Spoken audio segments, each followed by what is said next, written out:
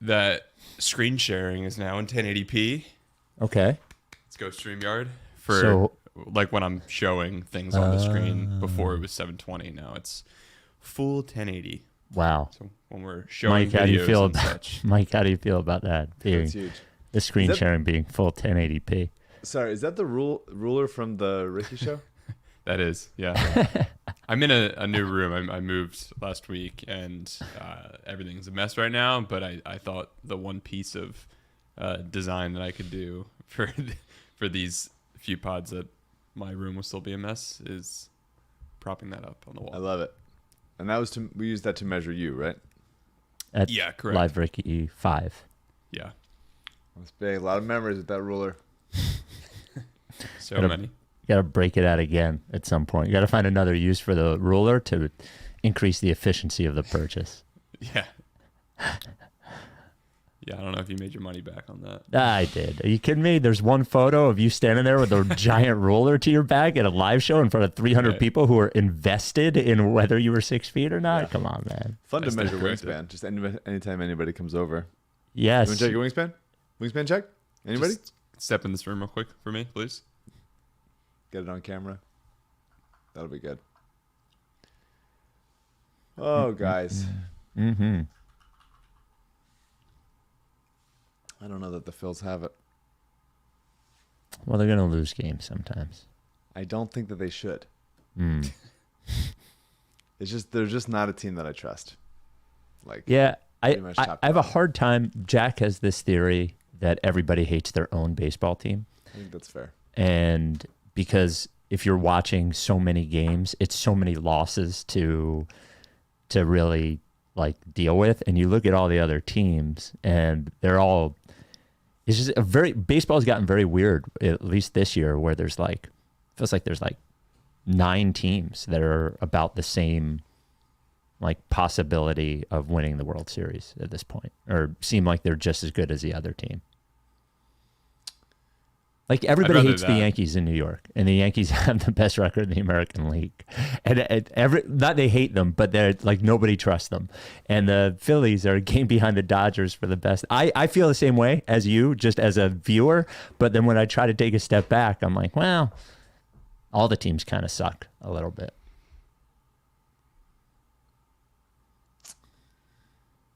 When you're watching the at bats, it's tough.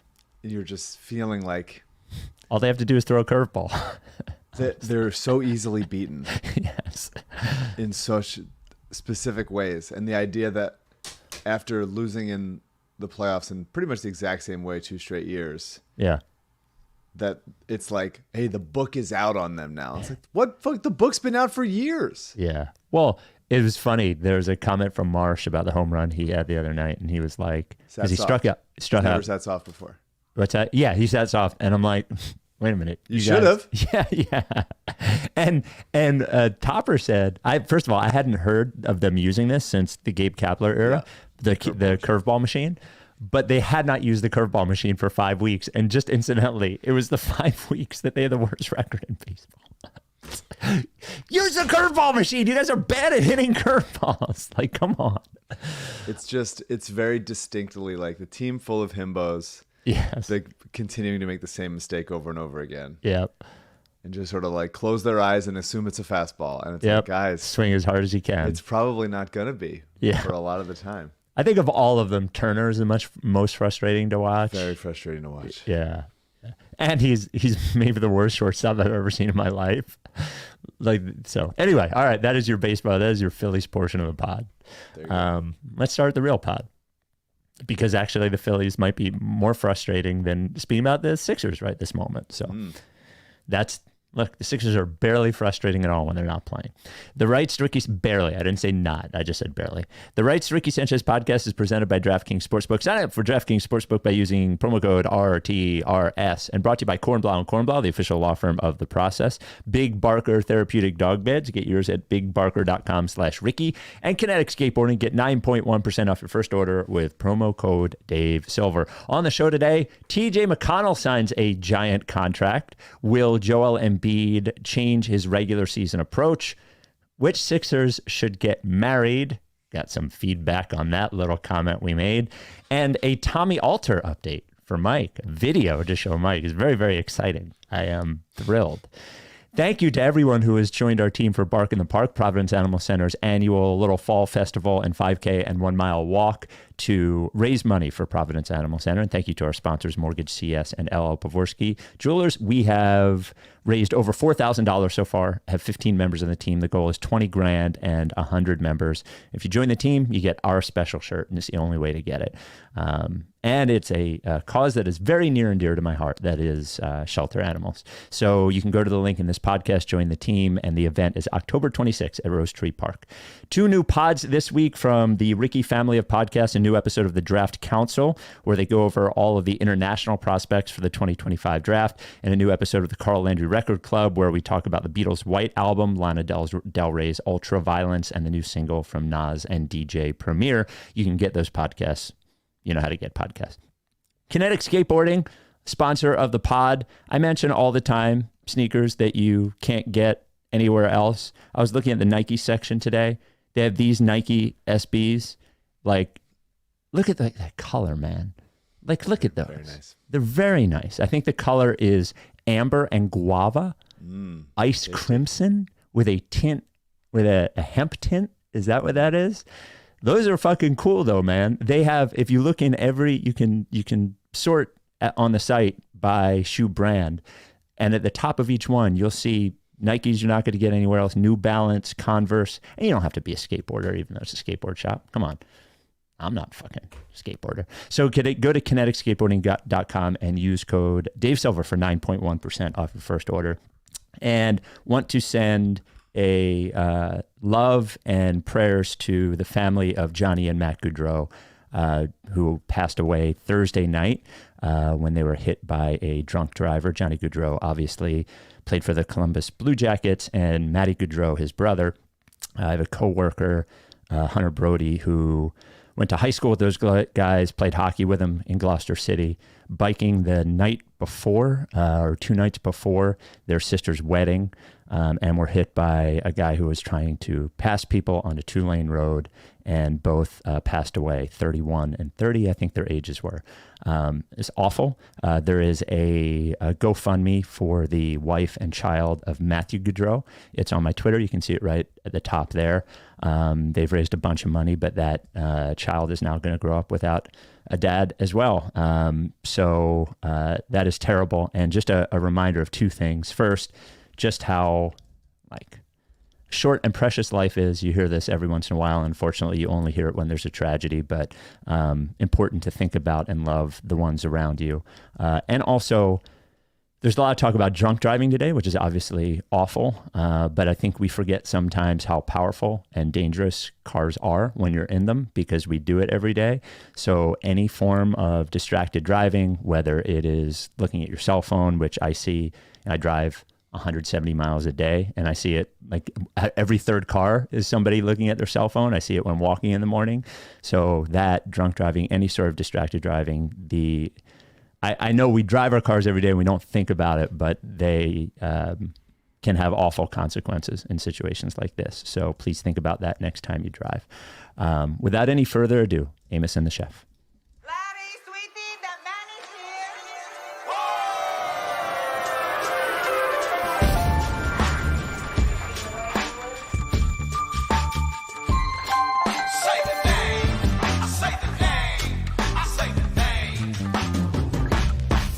We were right, y'all.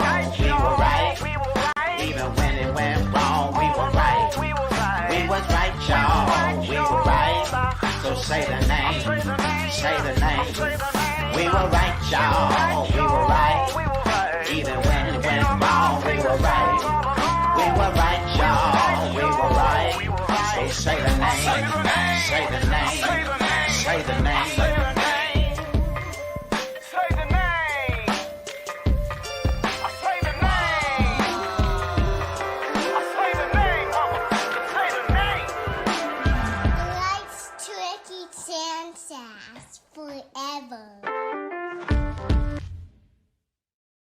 Welcome to the Rights Ricky Sanchez podcast. I'm Spike Eskin, along with the Prime Minister of the Endless August, That is one. Mike Levin. How do they keep getting away with it? More August? It's This the is last ridiculous. day until next month's August. Until the other August, we're gonna have to deal with. Impossible. I had a theory on it's actually, I don't think it's out yet, but in the newsletter I wrote just a theory on why this off season feels much longer than every other off season. And it's because we are finally in the world where the only thing that matters at all is what they do in the playoffs. So these things that we used to enjoy so much in the off season, and I think we still enjoy some, summer league, the draft, all of this, even free agency is like 2 days. And then the rest of it is annoying rumors from everyone. So it really is this realization that all this, and I enjoy doing the podcast. We can have some fun during the summer, but we used to have all these things that we paid so much attention to, and they just don't matter in the same way from the Sixers than they used to, even if you enjoy them. Free agency this year mattered more than any other previous free agency has. And we got some little treats along the way. Caleb Martin, a couple of the vets re-signing. Sure. Finally Gershon Yabusele after the Olympics, like that was exciting. So I think it's been something. I do think it is the realization that nothing matters until April, May. And like, I was listening to some podcast talking about the Niners this season and having to get all the way back there in a game they should have won to the Super Bowl. And it's like, okay, it's just the legwork of doing it. And at least they got to the Super Bowl. We didn't. They beat some teams. We didn't get to the Super Bowl. We didn't get to the Super Bowl. I mean, the Sixers haven't been to the Super Bowl. They hadn't been to the conference championship. It's just once again back to the same thing. But I think this is it. This is gonna be the year. It's gonna be the year. It's going to, and it has to be the year, objectively. Well, I don't know if it has to. It has to. It has to. Otherwise, what are we doing? Well, I don't know. What have we been doing?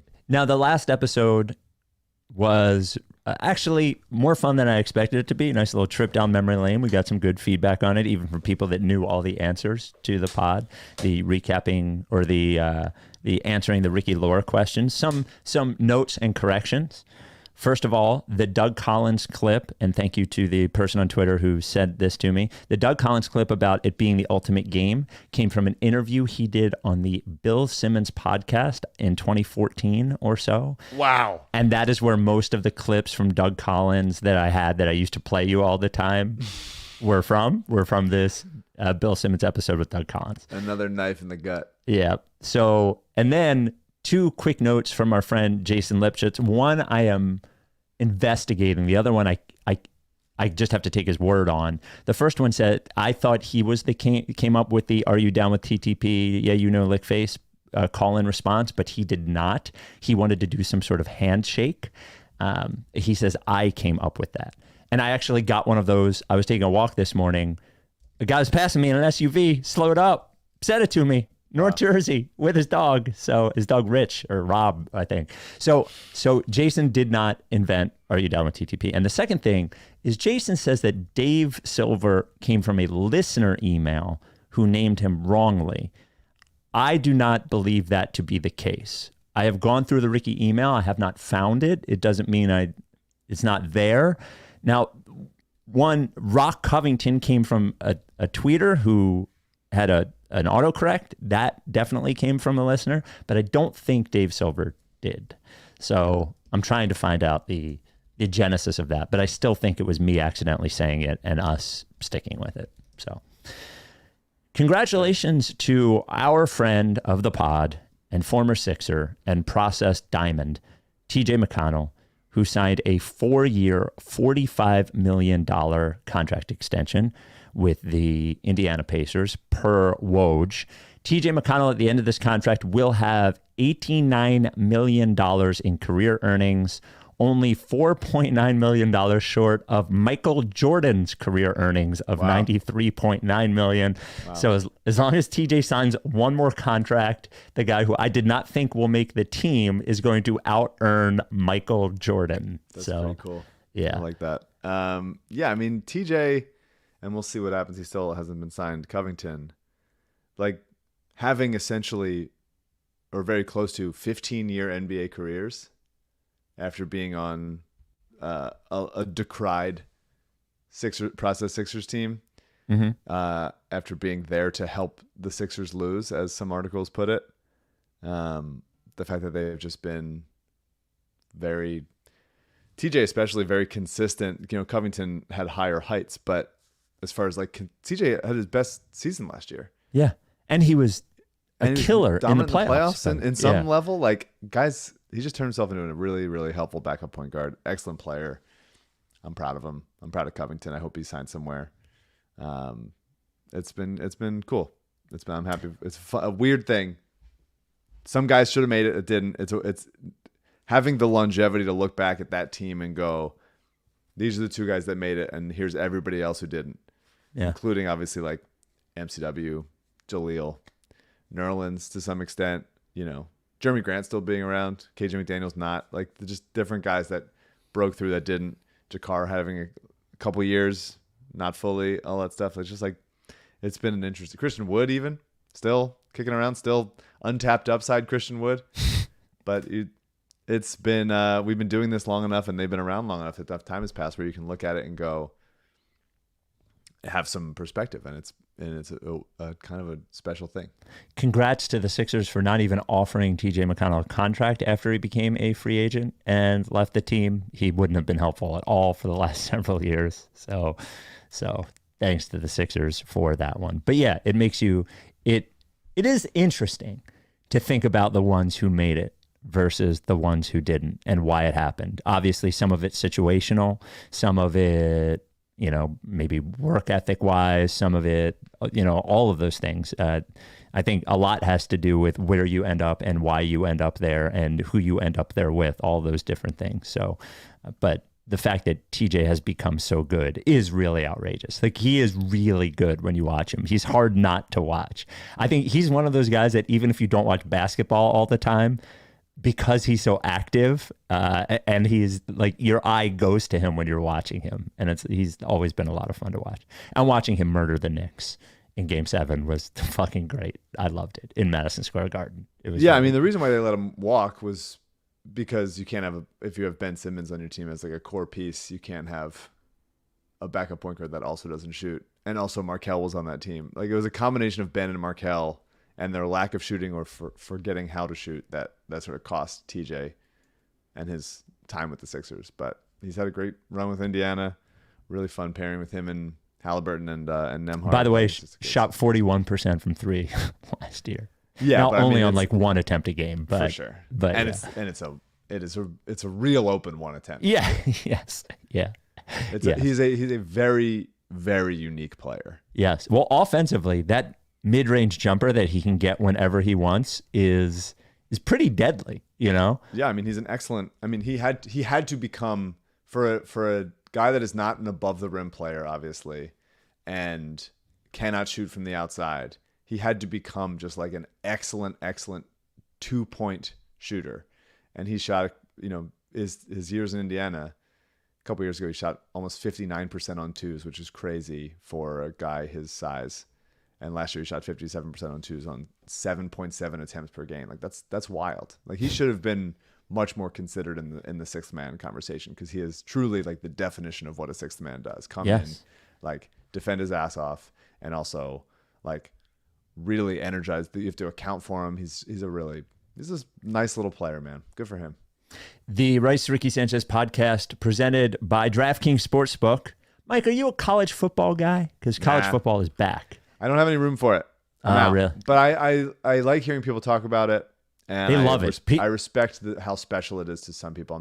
I would not poo-poo it. I just I have no room. Yeah, the people who love college football just really fucking love college football. Yeah. Did you see the guy on Michigan State whose like last name is Carson Wentz? Yeah, that's pretty wild. Carson-Wentz. Yeah, I did see that. Yeah, Ike went to Michigan State, obviously a huge Carson Wentz guy. It's like this guy was invented simply for him. Well, the place to bet college football is DraftKings Sportsbook. Full slate of games, week 1. And there is a big matchup between the preseason number 1 and number 16. Look, DraftKings is telling me this. I don't know anything about college football except for the Carson Wentz guy, but I do know that the place that you bet it is DraftKings Sportsbook. And if you are a new bettor to college sports or new bettor to at all, DraftKings Sportsbook, bet new customers only, that's you, bet $5 to get $250 in bonus bets instantly. So you could do this all season long, college football and DraftKings Sportsbook. Download the DraftKings Sportsbook app now. Use code RTRS. That's code RTRS for new customers to get $250 in bonus bets when you bet just $5. Only at DraftKings. The crown is yours. Gambling problem, call 1-800-GAMBLER. Got to be 21. See show notes for details. Our very own Mike O'Connor wrote an article, and shout out to our writers, by the way. We're doing the podcast every week, but the writers are still writing about shit every week. AU, the Danny, of course, MOC. So Mike O'Connor, and you can subscribe to his writing. Just go to writestorikisanchez.com/subscribe, and you can get all of it emailed to you, so you don't have to wait for us to tell you about it or check Twitter or anything. You just get it emailed to you. You don't even have to go to the website. Just read it into your email. Wrote an article called "Will This Be the Year That Joel Embiid Changes His Regular Season Approach?" It's gotta be. So just two anecdotes from the article, which I recommend you read. It's actually not even a long read. Most of Mike's are pretty long, but I think this is probably 1,000 words or something. This is toward the end. He said, in Embiid's entire career, the team has not once had a positive net rating over the course of a full season with him on the bench. In Drummond's half season with the team back in 21-22, they came about as close as they possibly could with a net rating of minus 0.3 with him on the floor and Embiid resting. It wouldn't surprise me one bit if this year's team is able to creep over the positive net rating threshold with Drummond out there. They're about as well equipped for the Embiid-less minutes as you could possibly be. If you remove Embiid from this roster entirely, they should still be an above 500 team. So first, before I get to the what he is supposed to do you agree that this team without Embiid, if you just put replacement level center, even if you just put Drummond in there, are they an above 500 team? I think they're an about a 500 team. Yeah, I mean, I think we saw last year how much they struggled, even as Maxey played pretty well, how much they struggle where a team without Joel does here. Paul George will help that, of course. I think Caleb Martin's going to help that a lot. Obviously, Drummond, as far as just stability goes at the 5 when Joel's not there. I still think this is every time any Sixers team has played without Joel, you have felt how much they miss Joel. Mm-hmm.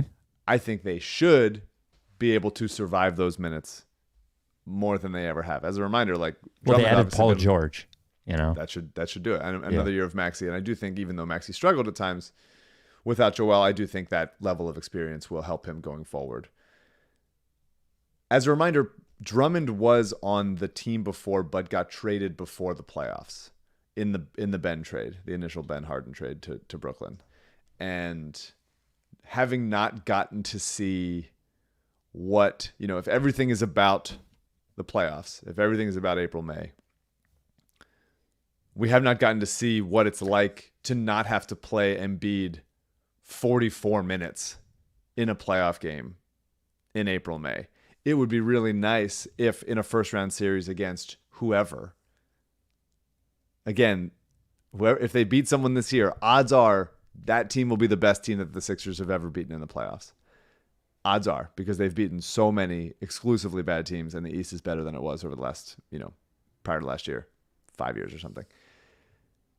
Having Joel be able to not only play playoff basketball when he's reasonably healthy, God willing, but not have to play 43, 44 minutes because Drummond is capable of just at least rebounding back there, at least giving some level of rim deterrence, I think will keep him more fresh for the entire game. I've always been such a fresh legs guy, I want guys to play fewer minutes. I'm morally opposed to the Tom Thibodeau way of coaching basketball. I think especially for Joel, there's just not an unending well of reserved energy there. If you play him 35 minutes, 37 minutes, he will be so much better in those minutes if you can give him actual breaks than he will be for the rest of the game if you play him 43, 44. And having Drummond back there, I really, really hope for the playoff run will allow that to happen, and he can be more effective in fewer minutes. Now, two things. First of all, just about that, you say it's really only about the playoffs, but this particular thing, Drummond's arrival and all of this, makes the regular season becomes more important because you would hope Joel doesn't have to play as much during the regular season. But also getting a top 4 seed, I also believe is very important. And so being able to win without the team, without him having to do that during the regular season is crucial. I am still... Why do you think the top 4 seed is so important? Just being at home. I mean, it gives you a better chance of being at home for more series. And we think that's good? Yes. Basketball, I mean, even in the weirdest home court situations where the Sixers, could be basketball more than any other sport, basketball than the NFL is home. It doesn't really matter in hockey as much, but basketball home court just matters. Their record is better every year at home than it is on the road. I mean, the playoffs as well. I haven't checked. Should look at this before. I don't know, but I just the collective having game 1, game 5, game 7 at home. Just give me all those things. So, but specifically, I understand broadly at home that matters, but specifically at the Wells Fargo Center around a crowd that is ready to panic.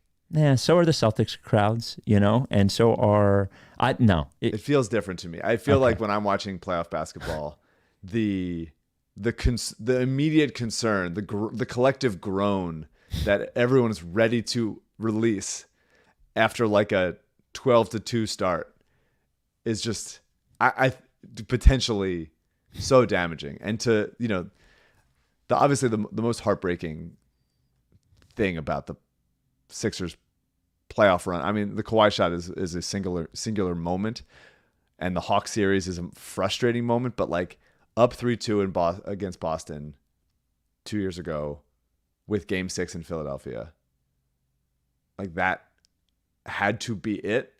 And I don't trust anybody, both us as a fan base or the Sixers as an entity, to like do it at home. Honestly, I think it might have to happen on the road to finally break past the second round. I would still maybe, but I'm still going to take my chances and say I'd rather have more home games than road games. But to me, it's just not that important, I guess. It is. I'm not saying I don't want them to finish the top 4 seed. Yeah. I'm saying I don't want them to have this plan coming into the season. Joel sitting back-to-backs, being careful what MOC laid out in his article. Being careful. Anytime there's an injury, sit him the rest of the game. Don't let him come back in to do the he got hurt. He's clearly hurt. He's clearly going to miss the next week and a half of basketball, but he's going to play in the fourth quarter here because he's already suited up. Well, yeah, I agree with all of those things. Yeah, it's like a level of it. I don't want to get to February, March and go, we have a shot at the top 4 seed. Let's maybe like scuttle those plans before because we really need that top 4 seed. I would be like religious about making sure that the only thing that matters so much more than what seed they are, where they place. Obviously, you'd love to avoid the play-in if you can, but just healthy Joel is like so far and away the only thing that matters that I almost don't care about the top 4 seed part of it. And I want to get to the Joel stuff, but just one other thing, and we'll see. I am still suspect of Drummond's ability to play in the playoffs and not just, and it depends on the opponent. It certainly just depends on the opponent, but I know that the Lakers were shocked at his inability to play when he was there in the playoffs and how easily he was exploited. But again, it depends on who they're playing. And for every series where he can play, him playing 10 minutes would be, or 12 minutes would be very valuable and be better than our options have been. Though, when Paul Reed played well for the Sixers in the playoffs, it showed how valuable it can be where you can have somebody off the court, and having Maxey and Paul George there and Caleb Martin as well will be helpful. So MOC said here as like sort of the biggest things that you were hitting at there, just about the way that Embiid has to approach the regular season. MOC says, to me, it looks like the following. Deliberately playing him around 55 games, resting him on every back-to-back, making him sit out every time the slightest nagging injury pops up, and allowing him to assume a more passive role within the offense. And at the risk of overreacting to a couple of under-the-radar quotes, I think we might finally see something like that this season. So just a couple of things. MOC notes that, I guess it was, that's where Maury said it. So Maury said when he was on with Ike and Jack and I on WIP, I don't think you'll see Embiid out there for many back-to-backs this season. MOC then says on the Check Ball podcast with his trainer Drew Hanlon, Embiid said, Hanlon is going to be mad at me next year. Next year, I'm not shooting the ball 10 assists per game.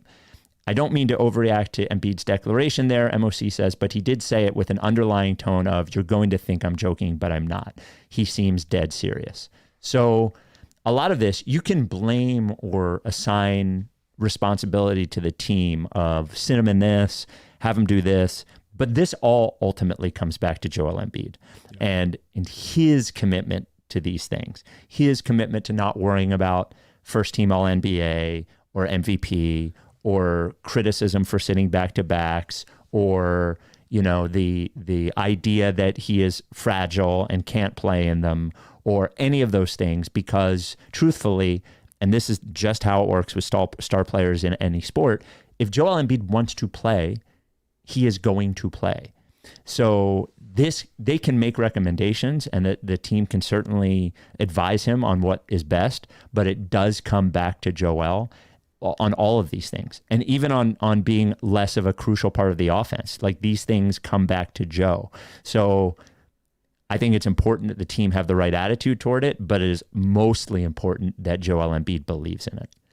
Yeah, absolutely. And again, it's not my belief in Andre Drummond being so good that he can make up for what Joel does. You can't compare any backup center to a all-star caliber starting center and go be as good as that. Sure. Because there's really no backup center in the league.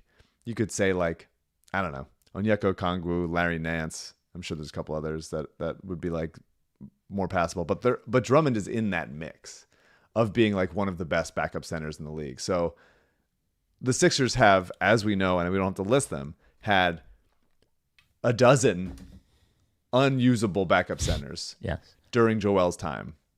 Drummond has been the best at least replacing the things that Joel needs to be replaced, primarily rebounding, some like rim protection, not great, not as much as Joel, but that matters. And I've always I preferred sort of like in a lab, if I could draw up the kind of center I would like to back Joel up, it would be a Paul Reed style defensive center who could also shoot. Like if you can combine like Paul Reed's defensive game with like Kelly Olynyk's offensive game, that to me would be like the complete ideal backup center for Joel. But, and I can't remember where I read this before. I don't even think it was about Joel. It might have been about Jokic. But it's like, it's hard to play for other guys on the roster. Such a different style of like, we have Joel, we don't have Joel. Sure. It's always the same with LeBron, by the way. Well, yeah, I mean, it's because LeBron is a centerpiece to everything that they're doing all the time, and then all of a sudden, for 10 minutes, the person's not even there. Yeah, for sure. But I think especially for a center on defense, especially defensively, where you're like kind of naturally a little bit more just like less locked in, basically, or less excited to do whatever. Having a closer like facsimile to Joel of like, this guy, he's obviously not as good as Joel at really anything aside from rebounding, but at least we can cover guys the same way, knowing that some big hulking massive dude is back there ready to clean it up. And when you had B-Ball Paul like defending on the perimeter, and all of a sudden now you're depending on, Korkmaz to hey, defend your guy because nobody's back there, then it becomes a different situation. And so I think as much as I like throwing different looks at teams and having a B-Ball Paul style different tool in the toolbox to use, I do think what might be best for the team as a whole is just having, a photocopy of Joel back there that can at least make it okay. And I'm interested to see, obviously, when Joel's out, Drummond becomes starting center. Adem Bona probably becomes backup center, at least for now. Maybe they get somebody on a two-way at a certain point that is a little more of a veteran, but they'll give him a shot to kind of do the same thing. Hopefully it works. The Rights to Ricky Sanchez podcast is brought to you by Kornblau Kornblau, the official law firm of the process. You know, at some point in your life, you're going to get hurt and it's somebody else's fault, and you're going to have to sue the fuck out of them. And you're going to need a true partner in that. Adam Kornblau is that guy. Kornblau and Kornblau, the official law firm of the process, is the premier boutique personal injury law firm in the Delaware Valley. Been there for 4 decades now. And the most important part of this, I would say the two most important parts are, one, he's good at it, has a passion for it, you know, is something that, like, you need somebody like that, because personal injury lawsuits are long, and to get them right takes a lot of work, and Kornblau is that guy. They have a great support system there for him and for you. And the second part, aside from being great at it, is being able to communicate with you and give you the personal service that you are expecting. A lot of times when you call a personal injury law firm that you see or hear advertised, they don't even practice law where you are. They're just referrals. That's what they're trying to do. They're just trying to use advertising to drum up referrals. When you reach out to Kornblau and Kornblau, you're going to get a Kornblau. This is the person that we're talking about, is the person who is going to reply to you, handle your case, all those sorts of things. So no matter what sort of injury you've suffered, whether it's slip and fall, injured at work, car accident, those sorts of things, medical malpractice, which is their specialty, they can take care of it for you. I talked about personal service, even come to your house. If you don't, they have offices all over the Delaware Valley, but Kornblau will do house calls. If you've been hurt, you think somebody else is at fault, it does not cost you anything to reach out to Kornblau and Kornblau. Give them a call, shoot them an email. It doesn't cost you anything. 215-576-7200, ask for Adam. That's 215-576-7200, ask for Adam. Or email kornblau@kornblauandkornblau.com. The and is spelled out there, and Kornblau is spelled Kornblau. Kornblau and Kornblau, the official law firm of the process. End of the day, what are the chances are you think, like, if 10 out of 10 following this path means all of the things that MOC says, 0 out of 10 is they're handling it just the way they've handled it every other year. Your best guess, where do you think they end up on this scale this year? What was part of what MOC said, like Embiid not also like diving for balls and not jumping into the stands for those kinds of things? I don't remember if that was in the article. I don't know if he's going to be able to change that sort of stuff, right? But, you know. Well, it's interesting. Like, he has become, which happens to everybody, happened to Paul George, obviously different kind of thing. But as you get older, as Joel has gotten older specifically, his style of play has gotten so much more. He moves slower. He thinks faster, yes, but he moves slower. Yes. He's more calm, but he flashes his athleticism a lot less. And part of that is the injuries, part of that is the weight, part of that is the, like, I'm just not 22 anymore. You know, in that first year, you watch highlights of that first game, even against Oklahoma City. It's like crazy. It's like a different person. It's a different person. Yeah. And part of that is just like, I'm good enough now. I'm so meticulously good at everything that I don't need to do that, and I can save myself. To this point, saving himself has not resulted in him being healthy for the playoffs.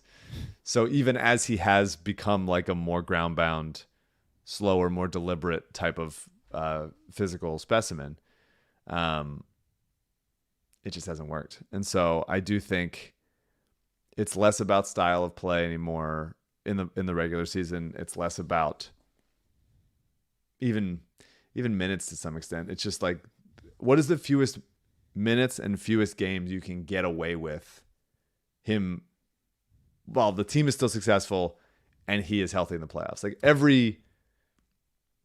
it's a little bit like, and this is a weird comparison, but it's a little bit like in LA, as you've lived here, everybody's kind of a little bit like, eventually a big earthquake is going to happen. Yes. Like, the big earthquake is going to happen. The one. Yep. And the small ones are like, whatever, Yes. There was a big one a month ago that was pretty it happened while I was peeing, actually. It was pretty scary. But you're just sort of like trying to survive everything until you get to the one where you're like, well, that's the one that we're not going to. Yeah. And that seemed like it is with Joel. Like, can you just sort of like walk through the raindrops long enough so that you don't have to, the big one doesn't happen. Right. And so how much time on the court, I'm losing the metaphor, can you get away with without him having to play as much? Yeah. And him not getting hurt. And so which, by the way, is an answer we are not going to know until we see them play. Of course. And They're you not could going run to the know. simulation 1,000 times and it changes each time. He could get hurt the first play of the season. He could Aaron Rodgers it. Like, obviously don't want that, whatever. But I think the Sixers, because this is the first time they've had somebody, maybe you could say Jimmy, but that was during the season, hard to adjust during the season. Maxey and Paul George are certainly the two best offensive engines that Joel has played with at once.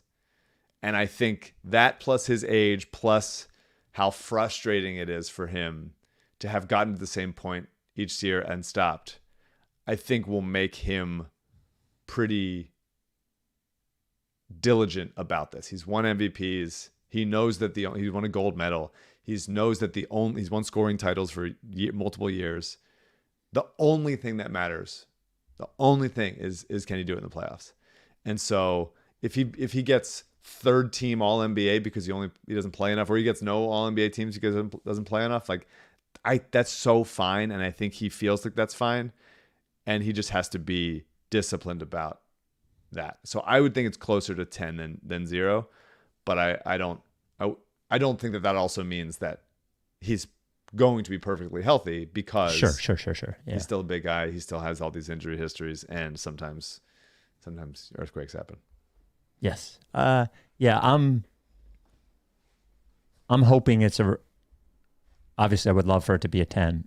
I would take a 7 this year, and it would be better than we've ever had, because we've been closer to 1 every other year. Every time he hasn't played, it's because he hasn't been able to play, or we've had, he's played more back-to-backs as time has gone on rather than less. Like, it's gone the wrong way. He wanted to prove that he could. And I understand that mattered to him, and now he's proven that. Like, wow. Everybody knows, like, you are capable of being like a regular full-on player in the regular season until you get very hurt. And then that jeopardizes the thing that we're all here for. Yeah. And so I think, like, in the same way that some starting pitchers are just like, oh, he's only going to get you 5 or 6 innings. Like, he's just not going to get you that, which is fine. And you can adapt to that. I think that the no back-to-backs will be delivered upon.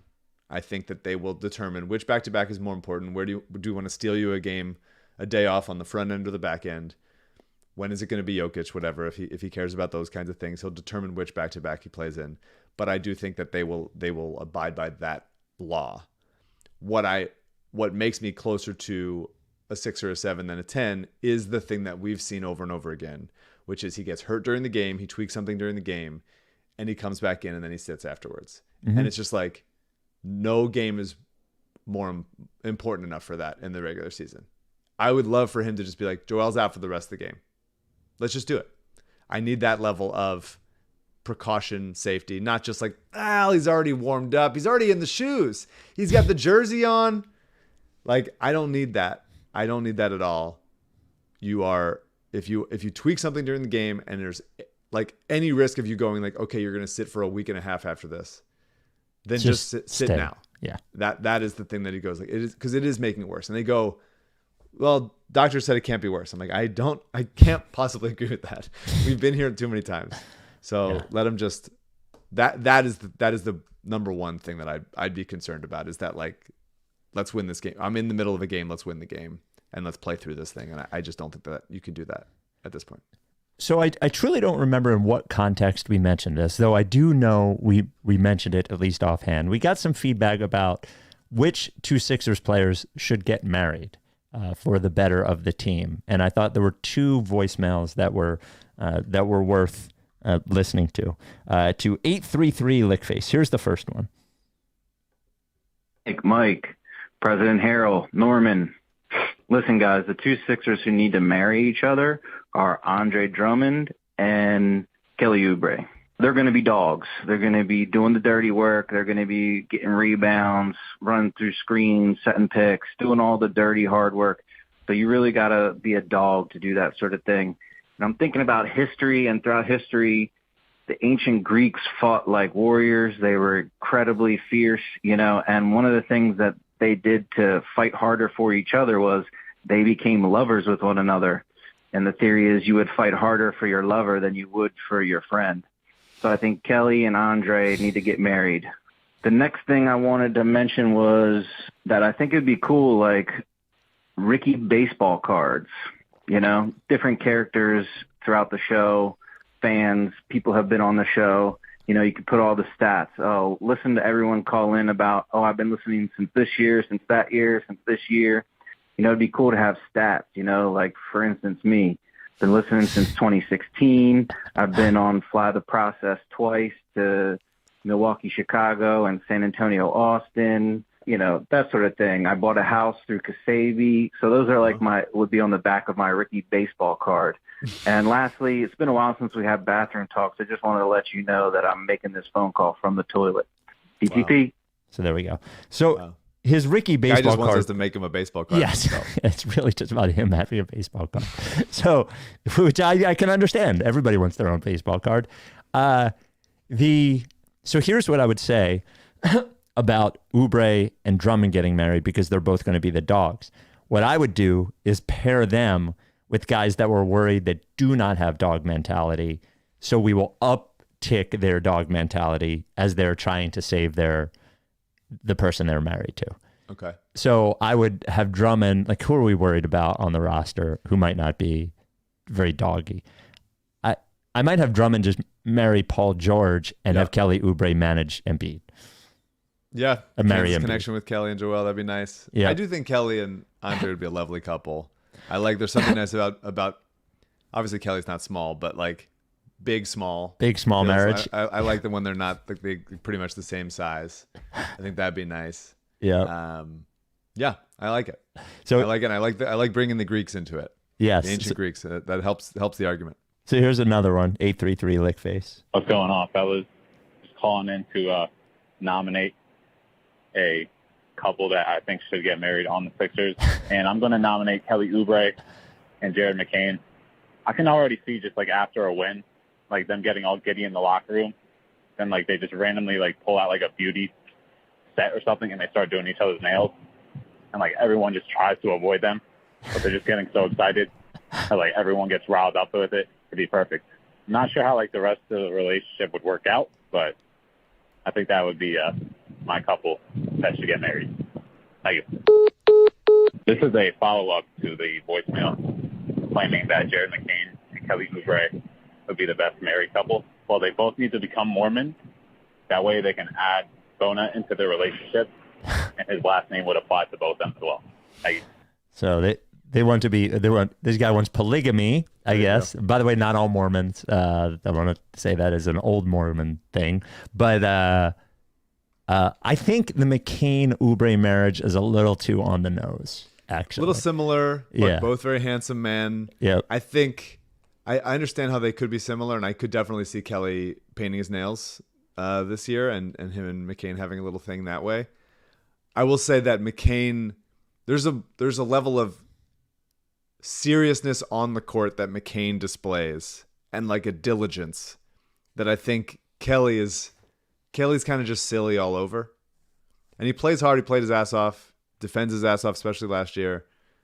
But there is, I think, a more dedication to the craft and to like what he does well for McCain than Oubre. Oubre is sort of just, he's just sort of feeling it. And there's a confidence and a vibe. He's like the Castellanos of the Sixers. Exactly right. Yeah. Exactly right.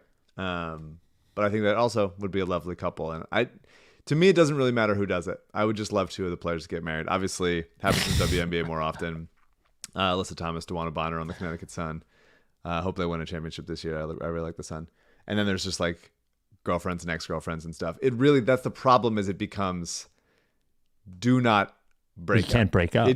I think I think we would have to outlaw divorce in the NBA among teammates. Yeah, so at least for the Sixers. If you guys do it, you got to be really serious about it. I did pre-Val date a coworker when I lived in Chicago, and my boss told me once, he sat me down and he was like, look, I know you guys are going to be together forever, but if you're not, you both still have to work here. So I need you to think about that now. Yeah, it's not super easy to work with somebody who you broke up with. So No, I never. Luckily, me and Alyssa started dating at work, and are obviously still together. And that show got canceled very quickly. Have I ever? No, a couple close calls, work adjacent, that I do regret. Okay.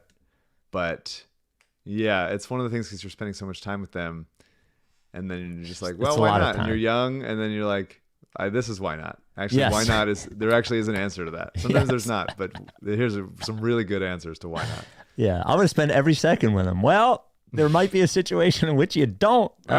You might want to be prepared for it. Tough.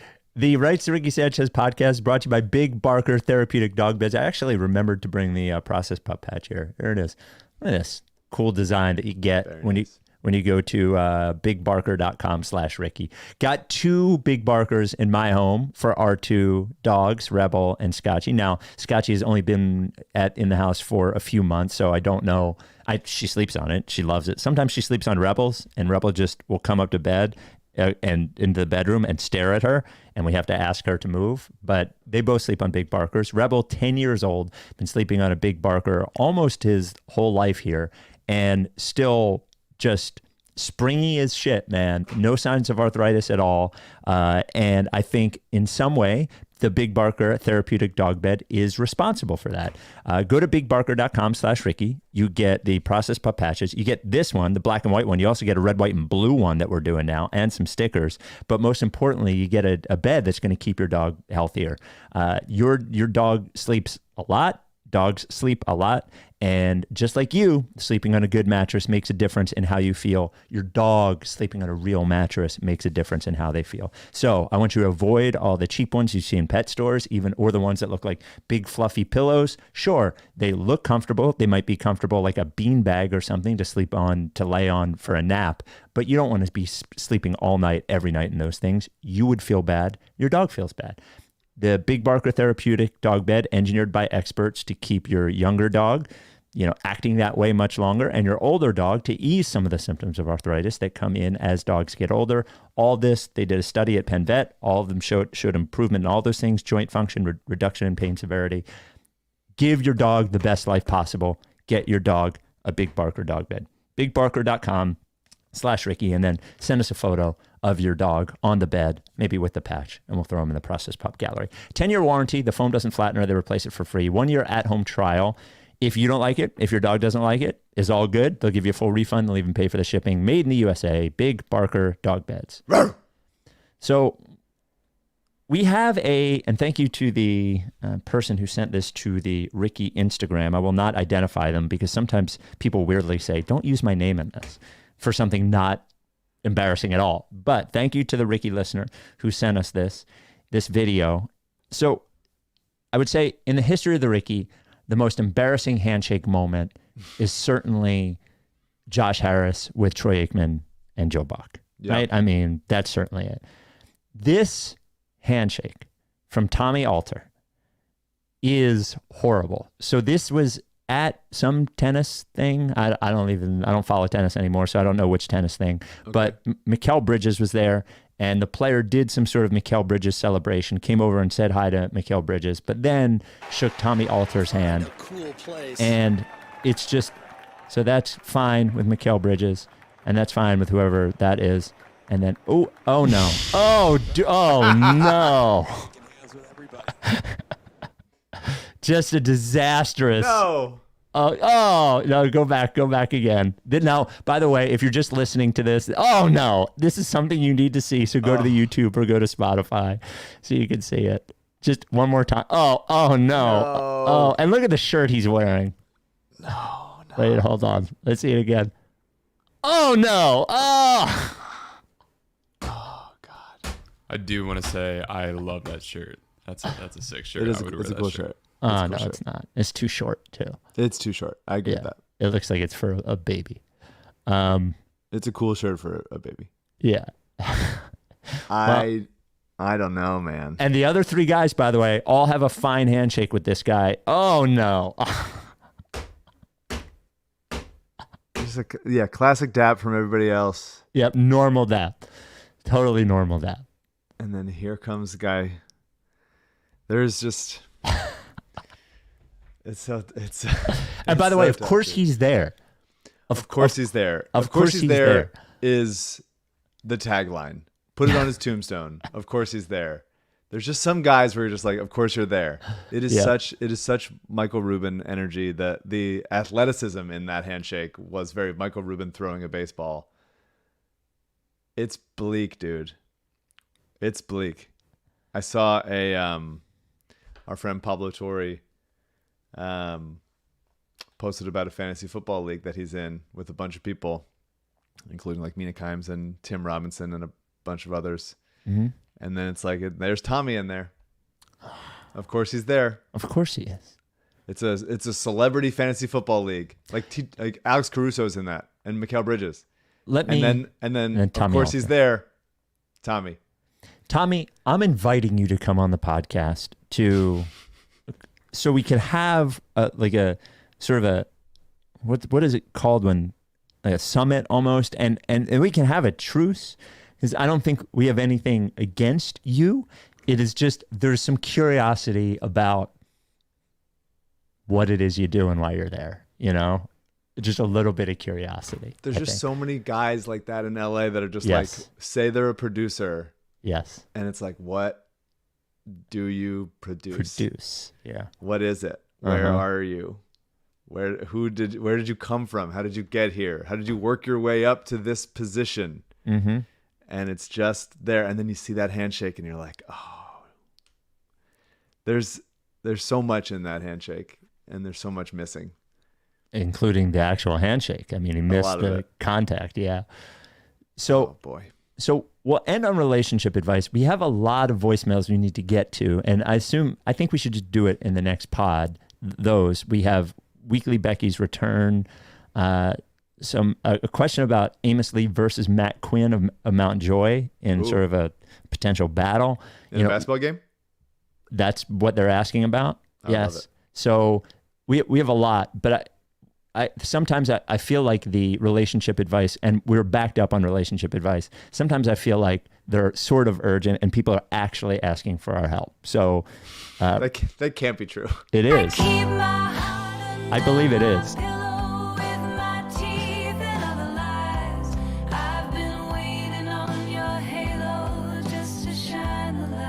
Now, the relationship advice theme comes from Eliza Hardy-Jones.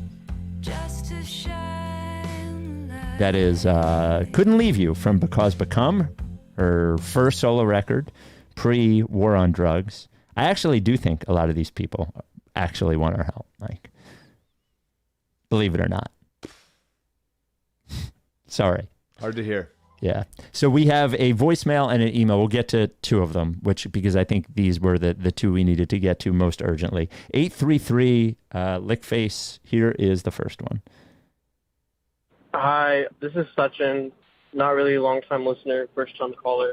I want to apologize in advance for the but basically I wanted to ask. So I'm 23. I just moved to Maryland. I've been here for about a year. 6 months ago, I met this woman at the gym, and we've been kind of like in whatever you call like the talking stage, and she really wants to, put a label on things and be exclusive, but I feel like I wouldn't do that unless I was 100% sure that, like this was it.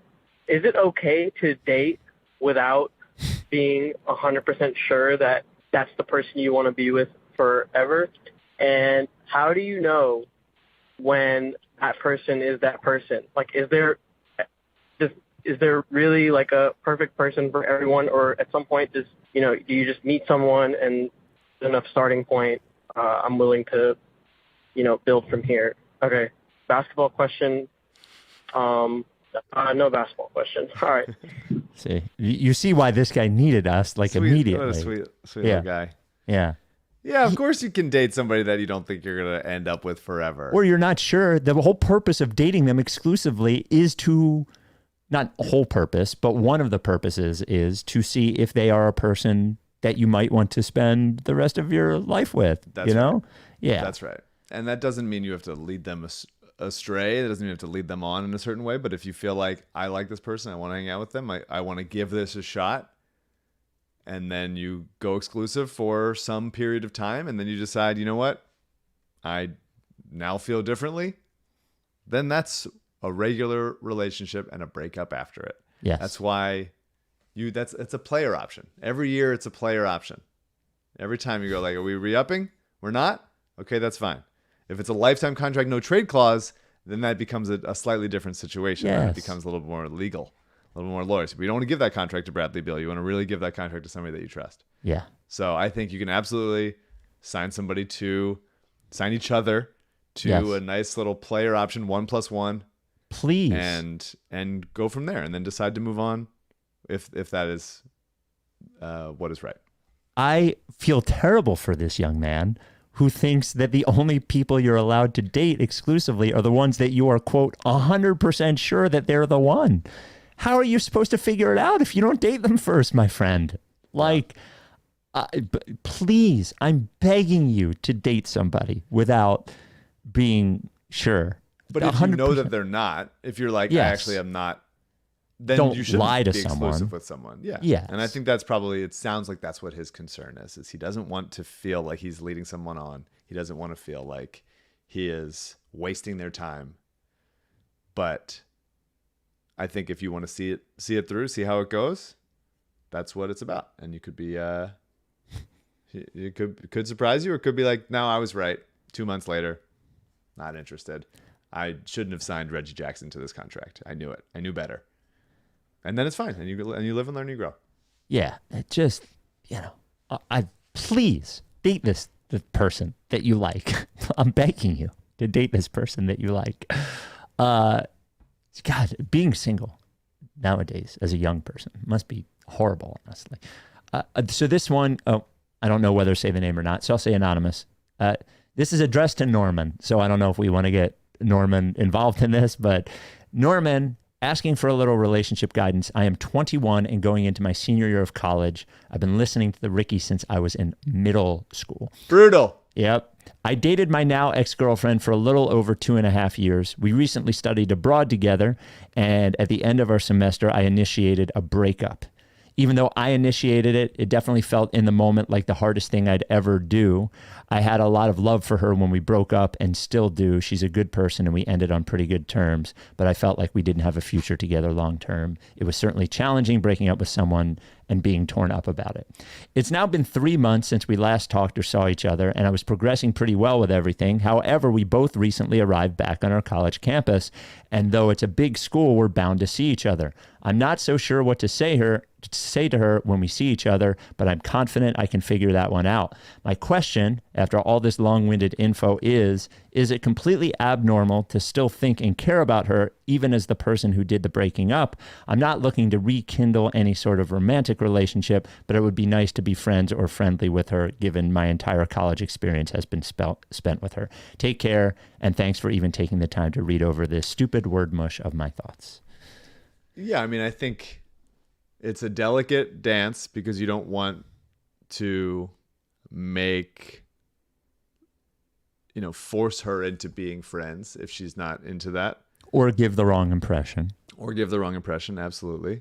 And so you're you can feel it out. And if you do see somebody, or if you do respond to an Instagram message or something and go like, hey, hope you have a good semester, like, would be cool if we could hang out sometime, like, as friends, if at some point you're ready for that. And you also have to be prepared for her to be like, fuck you. Yes. Fuck you, no. Yes. And just be like, or not respond, or block you, or whatever. So I think that is ultimately when you break up with somebody, which is obviously hard for you, but it's also hard for her, then you got to sort of come to terms with the fact that you're not the, dependent anymore with each other. You're not the person that, makes them feel better. and that is hard to reckon with sometimes.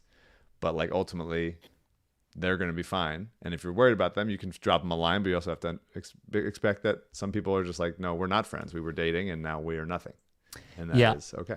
It is normal for you to still think about and care about and hope for her good fortune. Absolutely no problem with that. I am generally less optimistic about the being friends with a ex than many people are. I just think it is insanely complicated when you get into another relationship and then that person finds out that you're friends with an ex. That becomes complicated for that person, who then has to choose whether to accept it or force you to break off a friendship. I think more times than not, and then also when you're at this age, it is very difficult to not put yourself in a situation where whatever was going on before maybe unhealthily sneaks its way back into your friendship. And even jealousy within friendships can happen because you were only romantically involved. It doesn't sound like you were ever friends prior to this. So I think it is fine to say hello and be friendly. To Mike's point, I agree. It is fine to say, hey, hope you're doing well, and see how she reacts to it. But I think there are more pitfalls than there are opportunities with those sorts of things. And it's different when you get divorced or something and there's kids, or there's, I think those situations when you've been together for a long, long time, I think those are a little bit easier to manage. But I think especially when you're young, it's particularly difficult. And I think there is a part of you, though I'm sure that you believe that your intentions are good, there's a part of you that is trying to ease your own pain for breaking it off. Oh, yeah. By being kind to her and saying, look, I still care about her. She shouldn't be mad at me anymore. But truthfully, the person who gets broken up with has a right to, even if it was the right thing to do, has a right to be mad at you for the rest of your life. Like, doesn't ever have to like you. It's important to note that this segment is not just relationship advice. It is the Brian Colangelo relationship advice segment. And so we are giving advice to what is maybe the strongest marriage we know. A marriage that has survived what it has survived. Yes. And so this is serious stuff. Yeah. So just, even though the answers are earnest, the bedrock of this segment is Brian Colangelo. Is the Brian Colangelo marriage, with which we all aspire. Yep. My wife has defended me online before. So has she? Yeah, she has. I think I've told this story. It was very funny. When we got engaged, they put a story about it on Philly.com with a picture of us. And there was no news that day. I remember, I'll never forget, on the front page of Philly.com, there was a news about, hey, did you know Wanda Sykes lives in media? And then the other story was that we got engaged. But the headline was it August? was what month did you get engaged? It was her April. Okay, it must have been a bad Sixers season and not much going on in the early season fills. Yeah. So we get engaged. Pre-draft NFL. It's there. You got to time that out better, Spike. Sorry. You got to get engaged at a time when there's more news going on. So there's the story, and she tells me, because she's excited because she hasn't gone through much of this, and I was like, hey, whatever you do not read the comments on that article. And she was like, why? And I was like, because the comments are going to be horrible. And she's like, why? We just got engaged. Why would they be horrible? And I was like, because that's how people are on the internet. They're going to be horrible. Please don't do it. And she's like, okay. 3 hours later, I get a text from her that her and her friend Alicia had created accounts on Philly.com burners with different names so they could fight with people in the comments. And I was like, Val, what are you doing? And she was like, but why are they saying these things about you? Now, it should be noted that most of the comments were, he's so ugly, he's a moron, how did, like, out of his league, blah, blah, blah, blah, blah. So most of the negative comments were about me. But as I told her, I was like, do not do that anymore, please. So she did pull a Colangelo. Wow. And get a burner so she could fight with people, and her friend Alicia. So shout out. Did she leak any like private health information of Jaleel Okafor? No, not that I know of. I didn't read the comments. Yeah, there you go. I took my own advice. All right. We will talk to you next time as the endless summer rolls on. Happy Labor Day. Happy Labor Day. Congrats to your labor. And we will talk to you next time. Are you done with TTP? Yeah. You know, like this.